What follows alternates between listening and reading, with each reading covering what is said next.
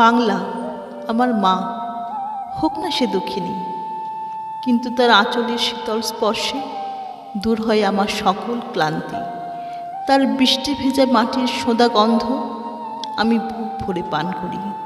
তার গাছগাছালির সবুজ শ্যামলিমা আমার দুই চক্ষুকে অনাবিল আনন্দে পরম পরিতৃপ্তিতে ভরিয়ে দেয়। তাই কবির ভাষায় বলতে ইচ্ছে করে, বাংলার মুখ আমি দেখিয়াছি, তাই পৃথিবীর রূপ খুঁজিতে যাই না আর।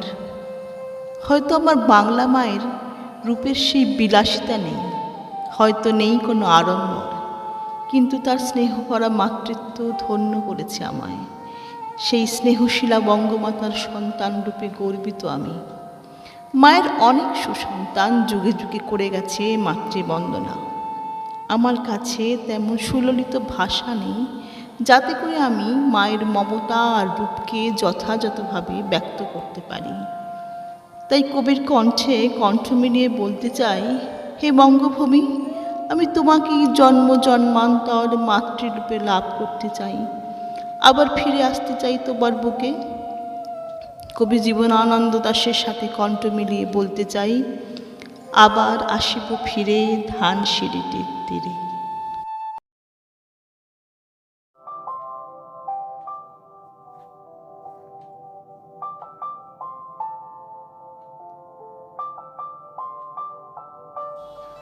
আবার আসিব ফিরে ধানসিঁড়িটির তীরে এই বাংলায়, হয়তোবা মানুষ নয়, হয়তোবা শঙ্খচিল শালিখের বেশে, হয়তো ভোরের কাক হয়ে এই কার্তিকের নবান্নের দেশে, কুয়াশার বুকে ভেসে একদিন আসিব এ কাঁঠাল ছায়ায়।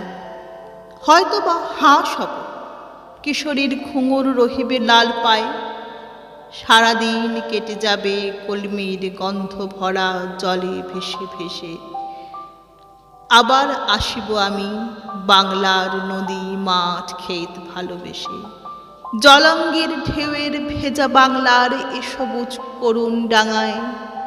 হয়তোবা দেখিবে চেয়ে সুদর্শন উড়িতেছে সন্ধ্যার বাতাসে, হয়তো শুনিবে এক লক্ষ্মী পেঁচা ডাকিতেছে শিমুলের ডালে, হয়তো খইয়ের ধান ছড়াতেছে শিশু এক উঠোনের ঘাসে। রূপসার খোলা জলে হয়তো কিশোর এক সাদা ছেঁড়া পালে, ডিঙা বায় রাঙা মেঘ সাঁতরায়ে অন্ধকারে আসিতেছে নীরে। দেখিবে ধবল বক, আমারেই পাবে তুমি ইহাদের ভিড়ে।